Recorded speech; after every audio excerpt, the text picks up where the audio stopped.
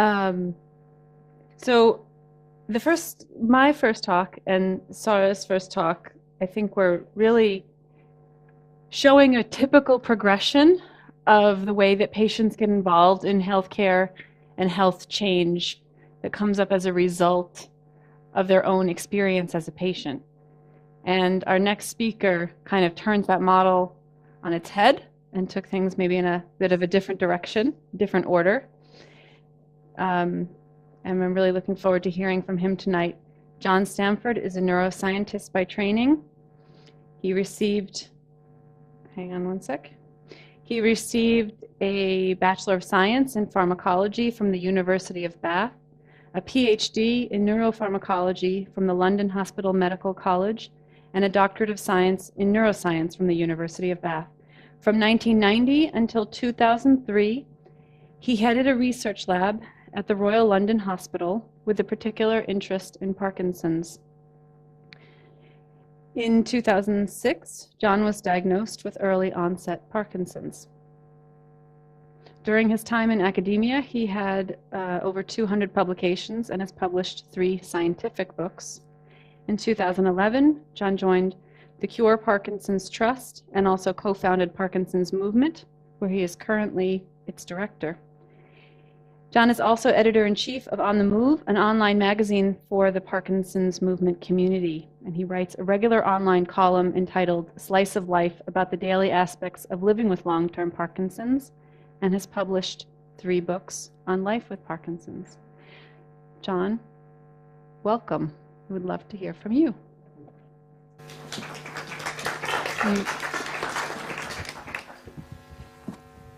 Jag vill tacka organisatorerna för min inbjudan att prata på detta utmärkta symposium.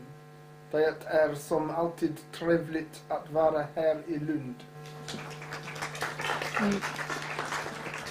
What I want to talk to you about is a thing called Parkinson's Movement, which is what was introduced. I have a slightly unusual path into Parkinson's, so I need to kind of give you a bit of a background on that. This fine-looking fellow from 1959 is me, and I'm just taking it back to that sort of time. Of course, we didn't even have levodopa at that point. So we're dealing with a future that for Parkinson's patients was extraordinarily bleak. And obviously, fortunately, at the age of 2, I knew nothing about that. This is just purely by reason of illustrating it. This looks extraordinarily young for my age. I think you're reasonably well preserved at that point. And this is me doing some work in the laboratory looking at dopamine release I worked on in 1982. One of the best aspects, though, of working in academia at that time is that I get to meet some famous people, and this fellow you probably recognise from this area, I believe, as well, from near Lund. This is Arvid Carlsson, who got the Nobel Prize in 2000 for the discovery of dopamine as a neurotransmitter. Anyway, to cut a long story short, I was diagnosed in 2006, as Kristen said, and that was something of a body blow, as you can imagine at the time. It wasn't perhaps my absolutely finest hour.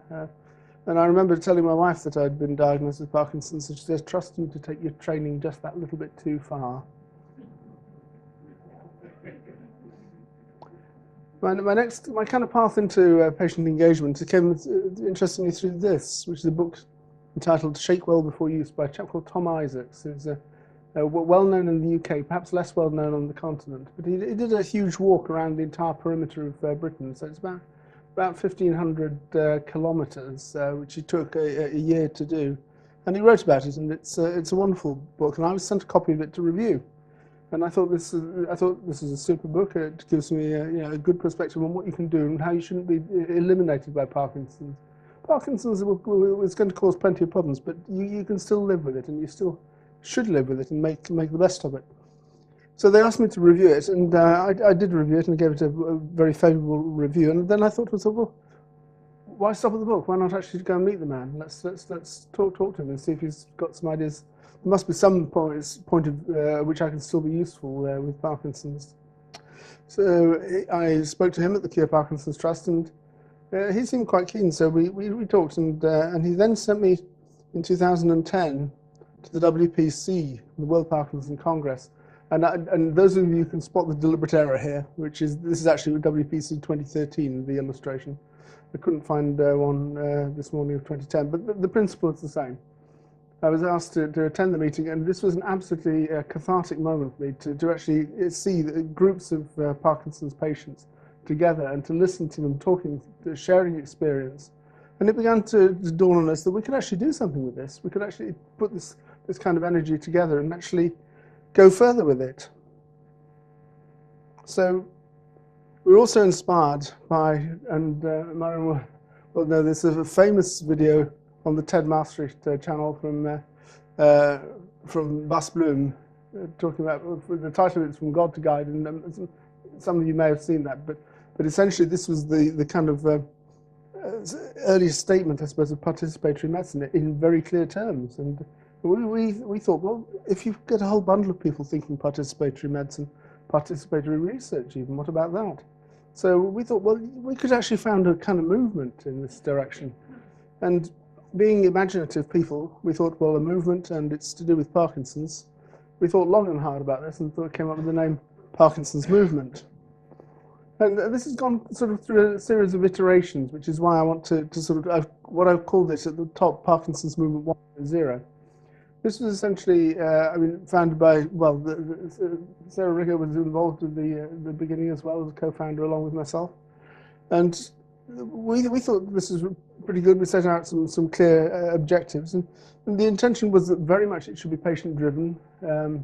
It was essentially, the idea came from patients. It would be executed by patients, for patients, and the information passed back directly to patients.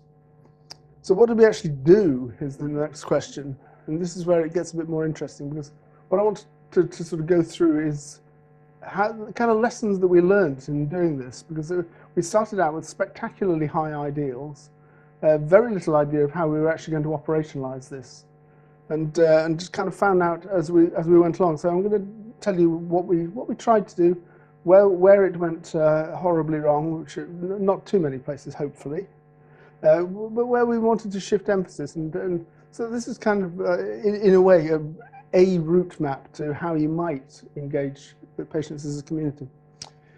We started out with two interrelated websites, which were Parkinson's Movement and Parkinson's Movement at Health Unlocked, and the idea there was that we would concentrate very much on engaging scientists and trying to promote the dialogue between the science community and between the patient community, really essentially sidestepping a lot of the conventional channels of interaction.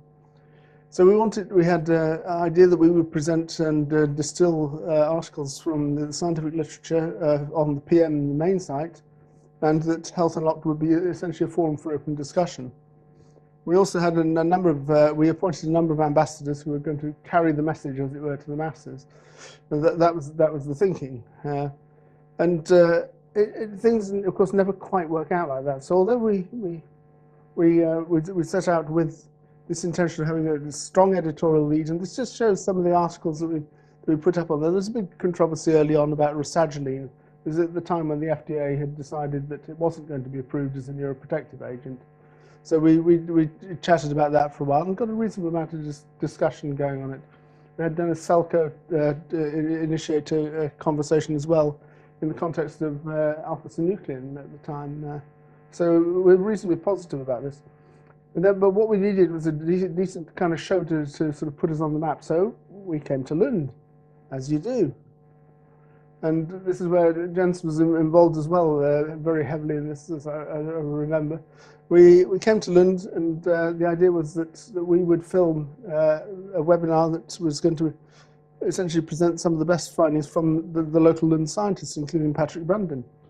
And it achieved probably the biggest spike in our viewers in visitors to the website that we'd had. I'll just show you the data here. Because one of the things, once we set up the website, was that we wanted to get some idea of whether people were actually looking at it. And of course, so these are just the very basic metrics. And no, it's very easy, of course, when you're setting up any kind of web-based presence, to believe that the metrics are everything. The more people means more engagement or so forth, and it actually often doesn't. Sometimes you can have plenty of people visiting, but if you then look closely at the statistics, you find that they visit, realize that this isn't the right website, and then go away again. So we had a proportion of these would visit for a period of less than a second. Now that's pretty impressive if you think about it from a Parkinson's point of view, because I can't generally click twice in less than a second to move away from a website. So they really, really must have disliked us. But on the other hand, we did get a number of people who actually stayed, and when those who did engage would stay on the website, and they would read what we'd put up there and move on and look at other articles. So you can get a little bit fixated on metrics, but the one thing we did discover, and just looking at the stats here, the big spike, you can see the first spike at the beginning of November was the Lund webinar that we did from here, and that was a huge thing, and it said we got, I think, it was just under 400 visits during the time of that webinar, and we were delighted by that, of course. So and that's one of the reasons I was delighted to come back here today, of course. But, so there's a number of other spikes, and we didn't plot them in detail as to which corresponded to which publication and so forth. But the one thing we did notice is that in general it was pretty stable, apart from the odd spike on the main website. That's the lower trace. But the upper website, and you look at the actual axis there, these are visits per day. This was the discussion website. We were getting a lot more chatter there. So it appeared to be the case that we were finding that a lot of patients wanted to talk, but they didn't particularly want to listen to us. And now that's, as you can imagine, a reasonably dispiriting kind of finding if you're running an engagement type website. So we looked at where they were coming from, and this is quite intriguing, I think. And again, you can get fixated on stats, but the main website, which is our kind of preaching science to the Parkinson's community type website, predominantly you can see the tiny little sort of scratch there in the middle of the illustration is Britain, looking obviously very small but quite dark, because we had a lot of people from Britain were interested in what we were saying. Reasonable amount from North America, but if you look at the top diagram, the colours, it's a little unclear, but essentially there were many more people in America. Many more people in America wanted to talk, but didn't want to listen to us. In Britain, they were reasonably tolerant of us and were prepared to actually listen to at least a little bit. But you find these regional differences. And the other thing that's worth saying is that beyond the English-speaking countries, and I include America in that, that we didn't get a whole lot of people turning up. Although actually, I think we had 2 viewers in Turkmenistan. So good for you guys. So that was excellent. So the end of the first 9 months of this, we kind of looked at what we'd done, and we had a website which had a reasonable number of hits. We'd engaged a number of ambassadors, and we created this community website, the Health Unlocked one, so that we could actually poll and survey the patients who visited it. We broadcasted our first international webinar from here in Lund. We conducted a pilot research study looking at handedness in Parkinson's patients, and we ran a photographic competition, which I was very disappointed I didn't win, because I thought I put in quite a decent picture myself. And we started a bi-monthly newsletter, which was going to be to try and feed back to patients and give them some idea of what kind of things that we were doing. Now, taking that on its face value, our take-home message from that was that the metrics were reasonably encouraging, and there was certainly engagement by the scientists initially, but a lot of the problem was that people weren't really working out what was Parkinson's Movement. Was it the Health Unlocked site where people would talk? Or was it us sitting behind our desks writing about alpha-synuclein, for instance?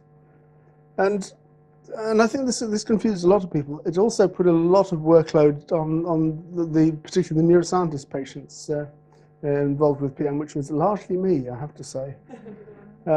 Which I'm not necessarily afraid of hard work, but you do sometimes feel that you're the only one doing it. So, but the biggest concern was that we didn't consistently engage the grassroots, and we weren't forming those bridges between the 2 websites. Also, the ambassadors didn't really have a clear idea of how they were to carry the message out. So we had a rethink, and remember we had Parkinson's Movement 1.0. Following the logical progression, we changed the logo, and then produced what we called Parkinson's Movement 2. And this is following on from the thing. We thought, well, let's try and modify what we've been doing and see whether we can actually make it any better, see whether we can forge these links a little bit more convincingly. This is kind of our motto, which I thought was a fairly decent and original motto, and it essentially gets across the essence of what we were trying to do with Parkinson's. We were trying to get to patient opinion, and essentially to make sure that our voice was represented on all committees, everywhere where decisions are made about us, the decisions are made that are relevant to us. I learned today, interestingly enough, that this apparently was a motto for the National Health Service in the 1940s as well. So you live and learn. Operationalization. So we changed our thinking on this and really wanted to focus much more on canvassing patient opinion. So we did more systematic polling of patients. We ran a great many polls on the Health Unlocked website. We retained the two websites because we weren't quite sure how to dovetail them at the time. And we wanted to kind of feedback to patients as to what we were doing. So we started to produce a newsletter as well. And that went out every month to the database. We used a lot of the data that was generated from the polls at meetings, and we initiated a webinar series, which was funded by the Wellcome Trust and helped us.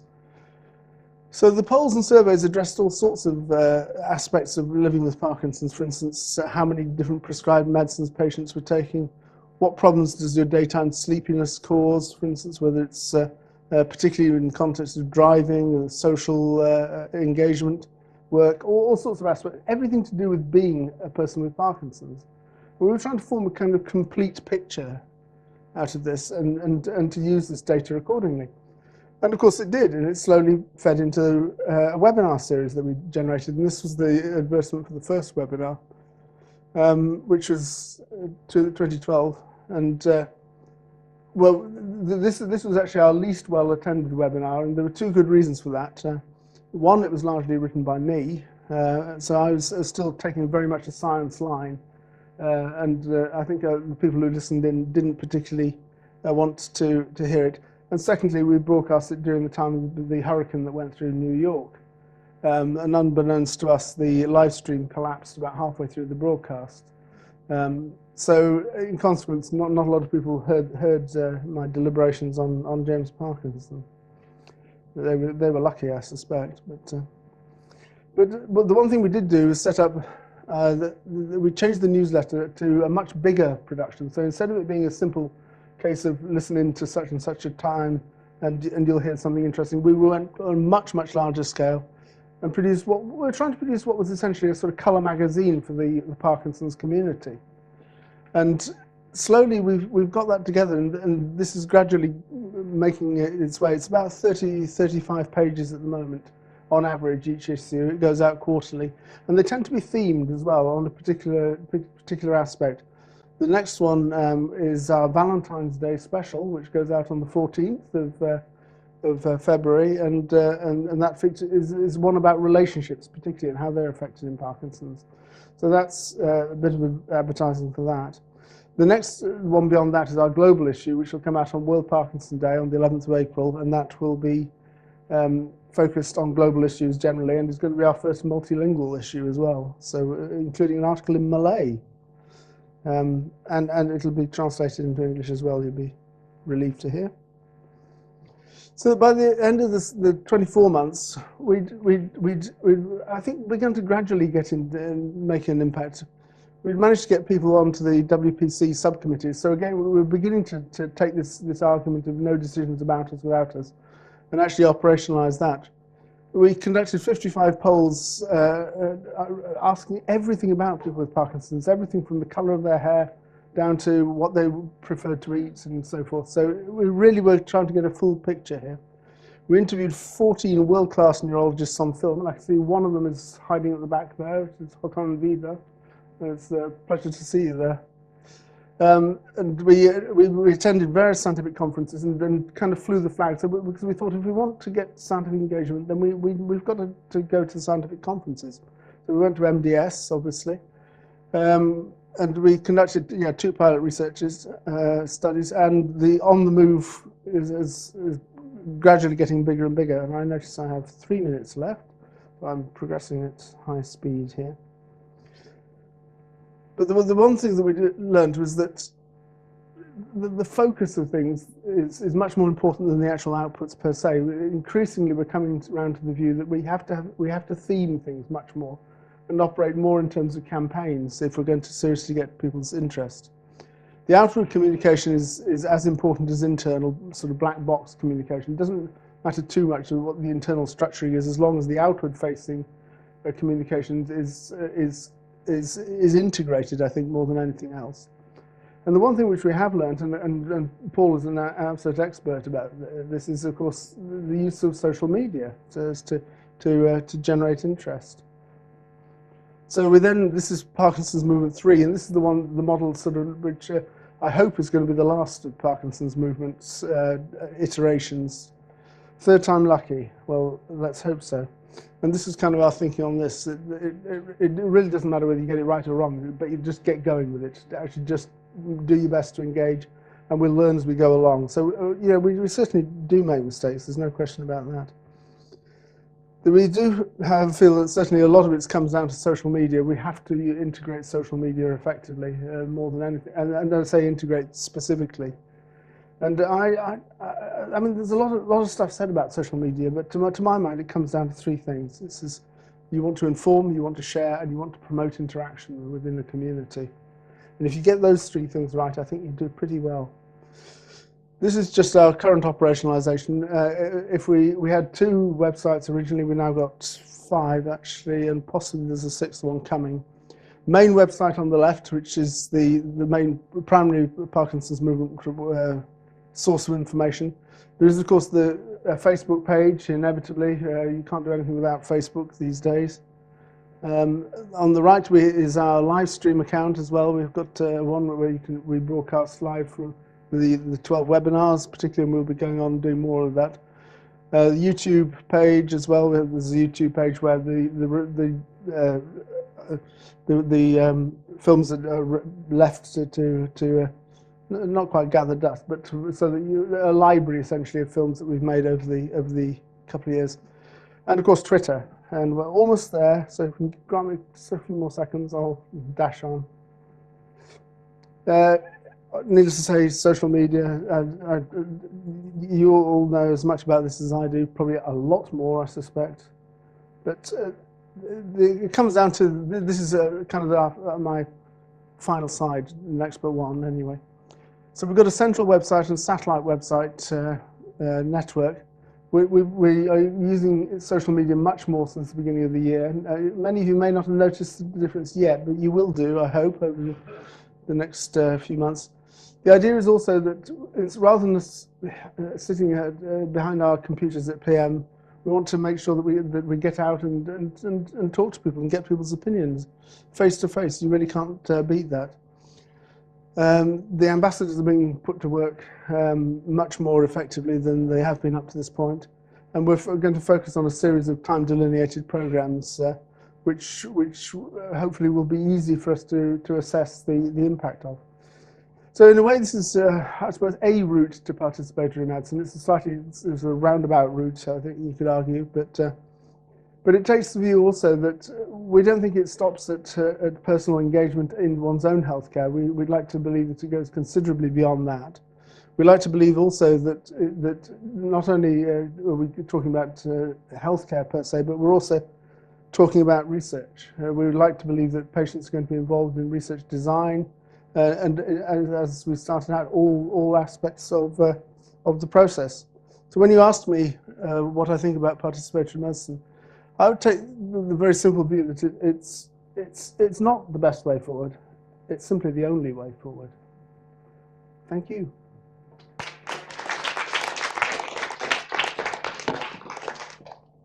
Sorry, that was a bit of a blaze through it at high speed. That was just perfect. Thank you so much. We're going to take a very short break. Very short, meaning it will be exactly 1 minute too short, everyone. So we're going to move some tables around, and we'll meet you back here in 1 minute before you're ready to sit back down.